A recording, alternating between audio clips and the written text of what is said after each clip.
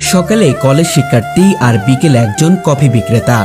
দক্ষিণবঙ্গের ঐতিহ্যবাহী এমএম কলেজের অনার্স দ্বিতীয় বর্ষের মেধাবী ছাত্র শিমুল হাসান নিজের লেখাপড়ার খরচ নিজেই বহন করার জন্য কফি বিক্রি করছেন তিনি।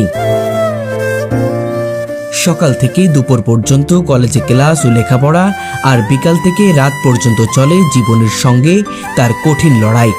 এখানে লজ্জা পাওয়ার কিছু নয়। আমি সকালে স্টুডেন্ট আর বিকালে কফি বিক্রেতা।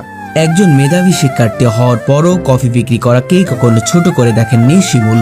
এটা বলতে আমার কোনো লজ্জা করে না। আমার কাছে কেউ জিজ্ঞাসা করলে আমি বলি যে আমি সরকারি মাইকেল মধুসূদন কলেজের একজন শিক্ষার্থী। আমি অনার্স দ্বিতীয় বর্ষে দর্শন ডিপার্টমেন্টের একজন নিয়মিত ছাত্র। পরিবারের বড় ছেলে হওয়ায় বাবার উপর বোঝা হয়ে থাকতে চাননি, তাই অল্প বয়সেই নিজের কাঁধে তুলে নিয়েছেন জীবনের দায়িত্ব।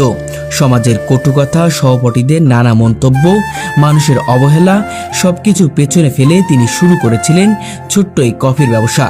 আমি তো ভাই চুরি ডাকাতি করছি না বা খারাপ কিছু করছি না। আমি ভাই একটা খাবার বিক্রি করছি না। আমার কাছে এই বিষয়টা খারাপ লাগে না। আমার কাছে আরো মানে গর্ব, প্রাউড ফিল হয় যে আমি নিজে কিছু করে দেখাতে পারছি। রোদ, বৃষ্টি কিংবা ঝড় কোনো কিছুই তাকে থামাতে পারে না। প্রতিদিন নিয়ম করে লেখাপড়ার পাশাপাশি কফির ভারী ব্যাগ গলায় ঝুলিয়ে বেরিয়ে পড়েন শহরের বিভিন্ন প্রান্তে।